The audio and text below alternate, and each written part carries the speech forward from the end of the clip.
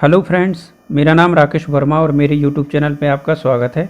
दोस्तों, आज के वीडियो में जानेंगे वित्तीय संस्थाएं और उनसे जुड़े अति महत्वपूर्ण तथ्यों को जानेंगे जो हमारी सभी प्रतियोगी परीक्षाओं की दृष्टि से आपके लिए महत्वपूर्ण रहेंगे। तो वित्तीय संस्थाएं वही संस्थाएं हैं जो अपने सदस्यों या ग्राहकों को वित्तीय सेवाएं जैसे जमा स्वीकार करना और ऋण उपलब्ध कराते हैं, उनको कहते हैं वित्तीय संस्थाएं। वित्तीय संस्थाएं जो दो भागों में विभाजित किया गया है, एक तो संस्थागत, दूसरी गैर संस्थागत। संस्थागत दो हैं, राष्ट्रीय और राज्यीय, और राष्ट्रीय में है मौद्रिक संस्थाएं और पूंजीगत संस्थाएं। वहीं गैर संस्थानक में है सेठ, साहूकार आदि। मौद्रिक बाजार वे बाजार जो अल्पकालीन एवं मध्यकालीन ऋण की आवश्यकता पूरी करते हैं। मुद्रा बाजार का नियमन एवं नियंत्रण भारतीय रिजर्व बैंक द्वारा किया जाता है।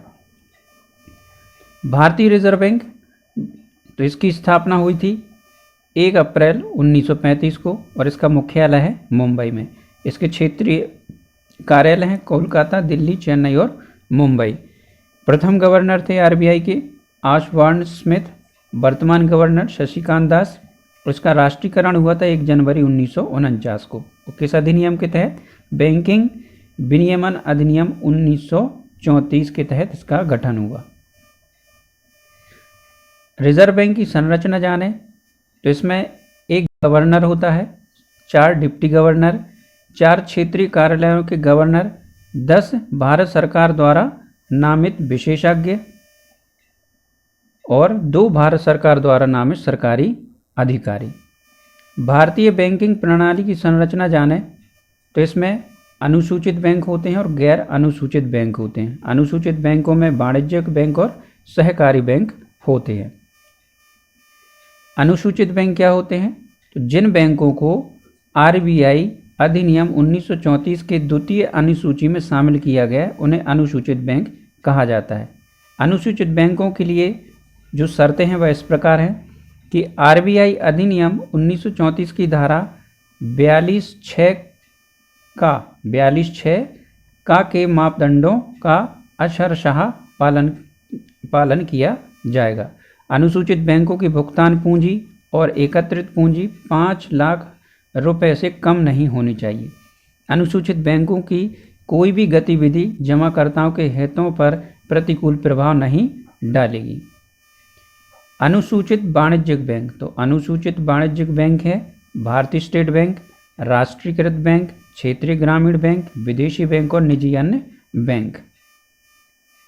भारतीय स्टेट बैंक के बारे में जानें तो भारतीय स्टेट बैंक 1806 में बैंक ऑफ बंगाल, 1840 में बैंक ऑफ बम्बई, 1843 में बैंक ऑफ मद्रास और 1921 में इन तीनों बैंकों को मिलाकर इंपीरियल बैंक ऑफ इंडिया की स्थापना की गई और 1 जुलाई 1955 को इंपीरियल बैंक ऑफ इंडिया का नाम भारतीय स्टेट बैंक कर दिया गया। इसका मुख्यालय मुंबई में है।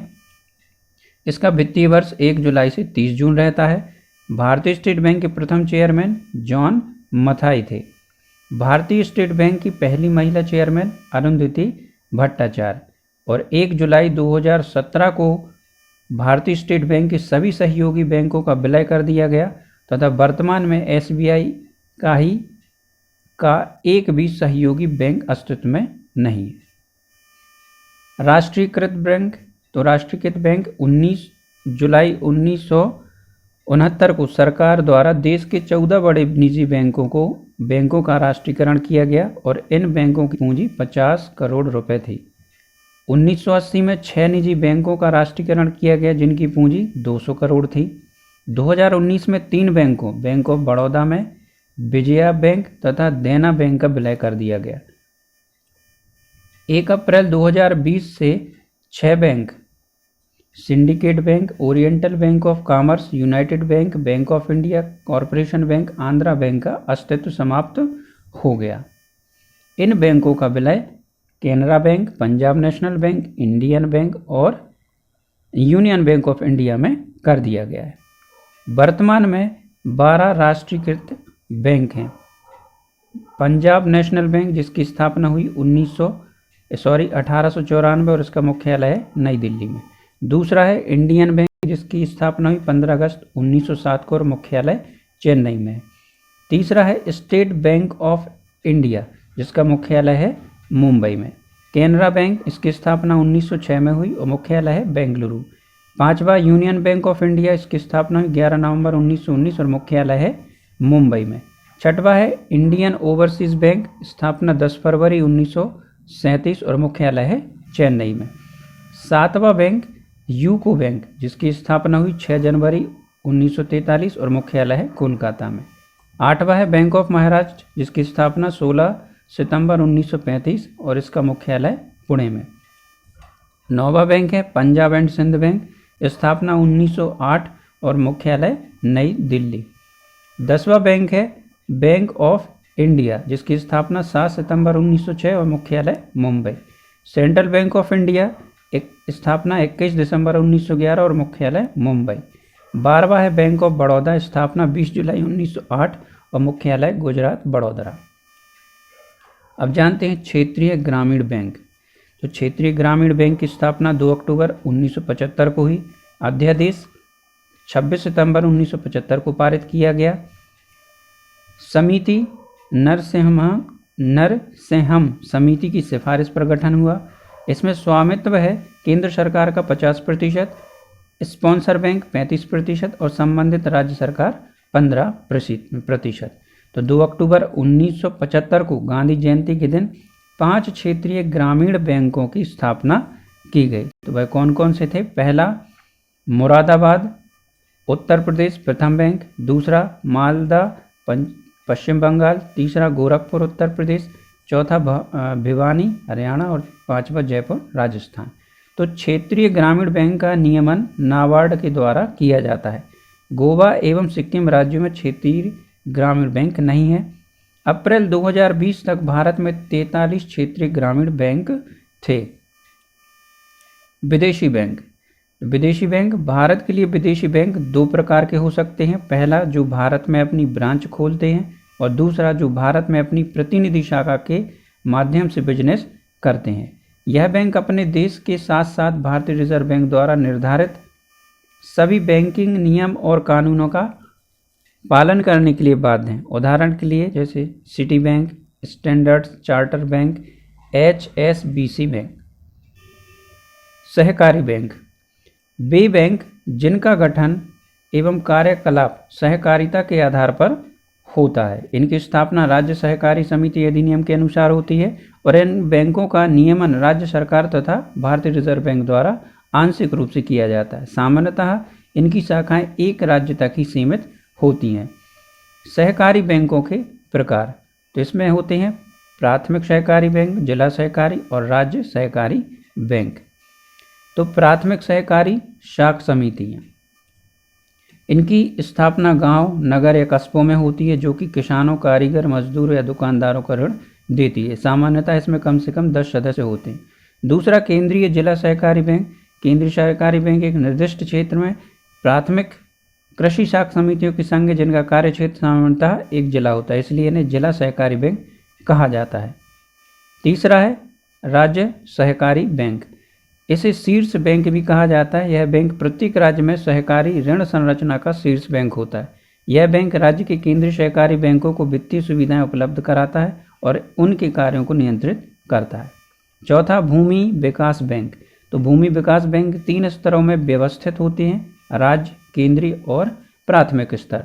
तो भूमि विकास बैंक वह बैंक है जो कृषकों को उनकी भूमि बंधक रख कर विकास कार्यक्रमों के लिए दीर्घकालीन ऋण प्रदान करती है।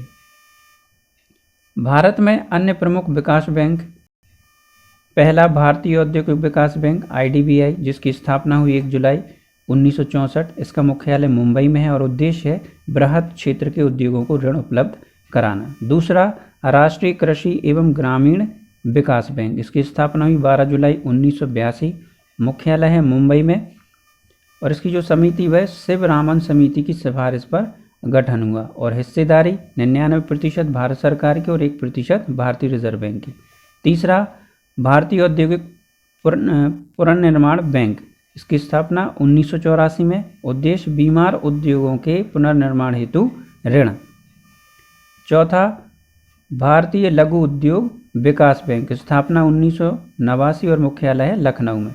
पांचवा, राष्ट्रीय आवास बैंक, स्थापना 9 जुलाई 1988 और मुख्यालय है नई दिल्ली, और इसका उद्देश्य है निम्न व मध्यम आय वर्ग को आवासीय सुविधा देना। छठवा है भारतीय आयात निर्यात बैंक, स्थापना 1982 में, मुख्यालय मुंबई, और उद्देश्य है एक बैंक दूसरे बैंक में आयात निर्यात करने वाले उद्योगों की सहायता करता है और उनका नियामक भी करता है। सातवां, भारतीय महिला बैंक, इसकी स्थापना हुई भारतीय महिला बैंक की 19 नवंबर 2013। इसका मुख्यालय दिल्ली, और उद्देश्य है शीघ्रतम बृहद संख्या में महिलाओं तक बैंकिंग सुविधाएं पहुंचाना। आठवां, मुद्रा बैंक, इसकी स्थापना हुई 8 अप्रैल 2015, मुख्यालय है दिल्ली में, और इसका उद्देश्य है छोटे कारोबारियों को ऋण देना। और मुद्रा बैंक 3 योजनाओं के तहत ऋण उपलब्ध कराता है। पहला, शिशु ऋण योजना 50,000 तक ऋण। दूसरा, किशोर ऋण योजना 50,000 से 5 लाख तक ऋण। और तीसरा, तरुण ऋण योजना जो 5 लाख से 10 लाख तक। नौवां है पेमेंट बैंक।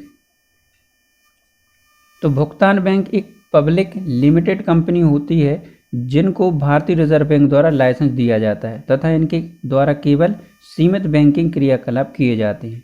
भुगतान बैंक एक ग्राहक के अधिकतम 1 लाख रुपए तक की ही जमा स्वीकार कर सकते हैं। उदाहरण के लिए एयरटेल पेमेंट बैंक, दूसरा India post payment bank, Paytm payment bank, Aditya Birla idea payment bank.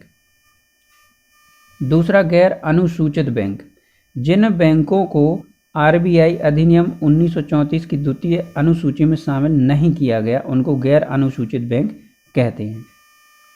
पूंजी बाजार, पूंजी बाजार से आशय उस बाजार से है जहां दीर्घकालीन ऋणों की आवश्यकता पूरी होती है और जहां निवेश की सुविधा उपलब्ध होती है। पूंजी बाजार का नियमन व नियंत्रण भारतीय प्रतिभूति और विनिमय बोर्ड सेबी द्वारा किया जाता है।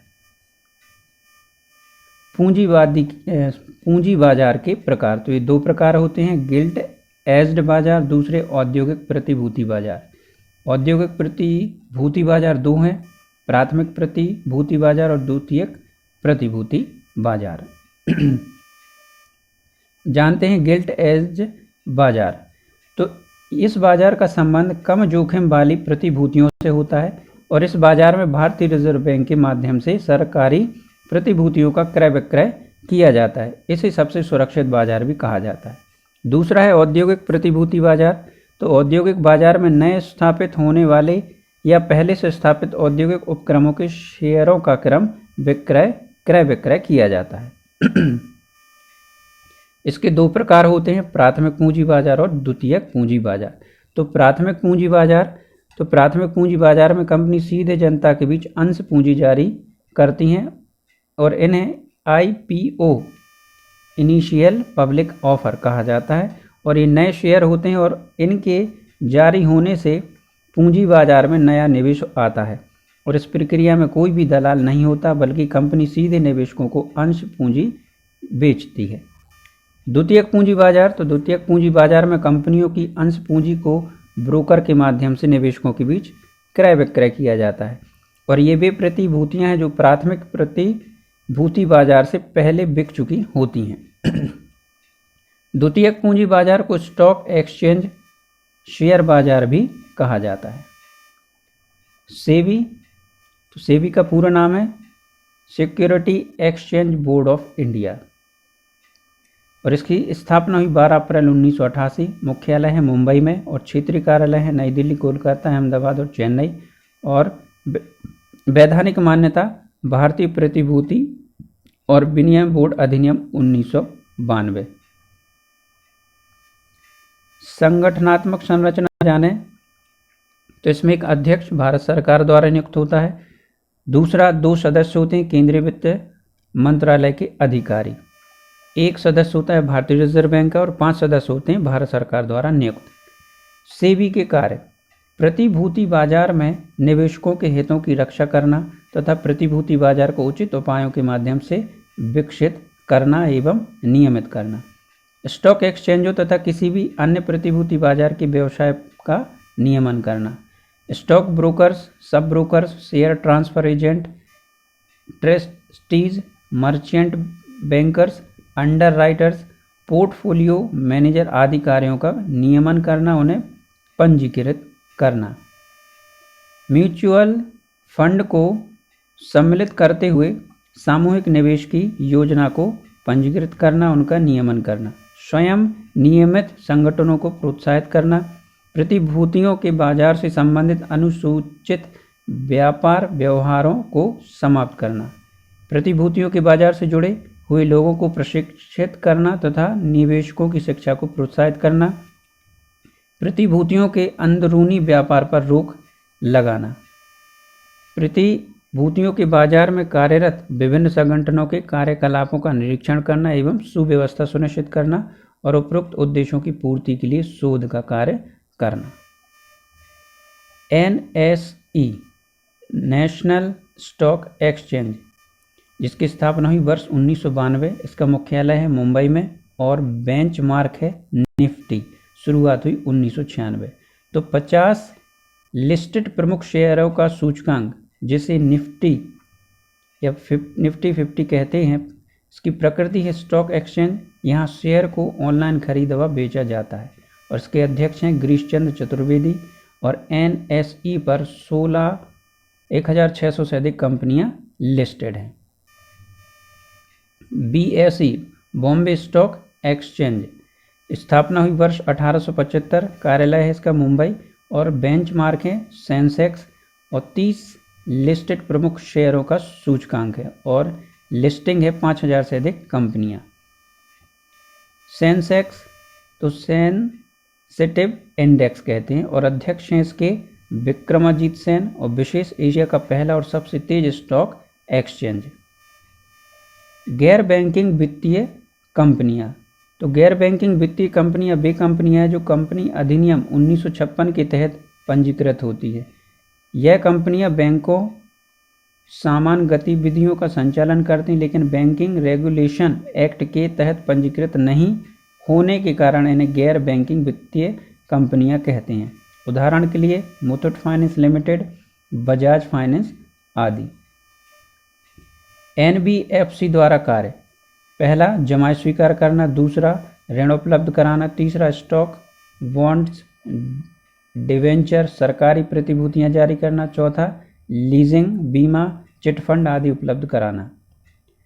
NBFC का वर्गीकरण या प्रकार, तो पहला है एसेट फाइनेंस कंपनी, इसको संपत्ति वित्त कंपनी कहते हैं। तो मशीन, ऑटोमोबाइल, संपत्ति आदि के क्रय हेतु ऋण उपलब्ध कराने का काम करती हैं। दूसरा निवेश इन्वेस्टमेंट कंपनी, इन कंपनियों द्वारा निवेश हेतु ऋण उपलब्ध करवाया जाता है। यह निवेश किसी व्यवसाय को आरंभ करने, शेयर्स, बॉन्ड्स आदि क्रय करने के रूप में हो सकता है। तीसरा हाउसिंग फाइनेंस कंपनी, मकान क्रय करने, भवन निर्माण हेतु होम लोन की सुविधा प्रदान करती। उदाहरण India bulls home loan finance limited.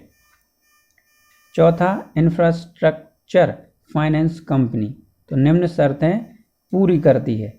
बुनियादी ढांचे ऋण में कुल संपत्ति का कम से कम 75% इस्तेमाल करता है। इसमें 300 करोड़ रुपए का न्यूनतम नेट स्वामित्व निधि है। इसमें A या समकक्ष की न्यूनतम क्रेडिट रेटिंग है। इसमें 15% का CRAR है। पांचवा है मोर्टगेज फाइनेंस कंपनी, ऐसी वित्तीय संस्था जिनका कुल व्यापार को 90% तक या अधिक व्यापार मोर्टगेज से संबंधित, इनके पास शुद्ध स्वामित्व वाली निधि 100 करोड़ रुपए है। छठवा है सूक्ष्म वित्तीय संस्थान, तो माइक्रो फाइनेंस कंपनी लघु उद्योग, कुटीर उद्योग आदि कम निवेश वाले लोगों या ऐसे व्यापार के लिए ऋण उपलब्ध कराती है जिनकी आवश्यकता 50,000 तक होती है। हालांकि 50,000 मानक नहीं है, अपितु सूक्ष्म आवश्यकता के लिए दिया गया आंकड़ा है। सातवां है लोन कंपनी, ऐसी कंपनी जो पर्सनल व्यवसाय आदि के लिए वित्त प्रदान करती हैं। इसमें संपत्ति से संबंधित ऋण नहीं दिए जाते। 10 प्रमुख गैर बैंकिंग वित्तीय संस्थान। तो कौन कौन से हैं 10? पहला बजाज फाइनेंस लिमिटेड, इसकी स्थापना हुई मई 2007 में और स्थापना जमुनालाल बजाज ने की और इसका मुख्यालय पुणे महाराष्ट्र में। दूसरा है मुथूट फाइनेंस लिमिटेड, इसकी स्थापना हुई 1939, मुख्यालय कोच्चि केरल। तीसरा आदित्य बिड़ला फाइनेंस लिमिटेड, स्थापना 1991 और मुख्यालय है मुंबई। चौथा L&T फाइनेंस लिमिटेड, स्थापना हुई 1993, मुख्यालय मुंबई। पांचवा पावर फाइनेंस कॉरपोरेशन लिमिटेड, स्थापना 1986, मुख्यालय नई दिल्ली में। छठवा Shriram transport finance company limited, स्थापना 1979 और मुख्यालय मुंबई। सातवां Mahindra and Mahindra finance services limited, स्थापना 1991 और मुख्यालय मुंबई। आठवां HDB वित्तीय सेवाएं, तो इसकी स्थापना 2007 में हुई और मुख्यालय मुंबई में। नौवां चोलमंडलम निवेश और वित्त कंपनी, तो यह स्थापना 1978 और मुख्यालय चेन्नई। और 10वां टाटा कैपिटल वित्तीय सेवर लिमिटेड, इसकी स्थापना हुई 2007 में, मुख्यालय मुंबई और संस्थापक रतन टाटा। तो दोस्तों आज की वीडियो में बस इतना ही। आशा करता हूँ आपको मेरा वीडियो पसंद आया होगा। वीडियो पसंद आया हो तो वीडियो को लाइक करें, अपने दोस्तों के साथ शेयर भी करें और मेरे चैनल को सब्सक्राइब करना ना भूलें। Thank you.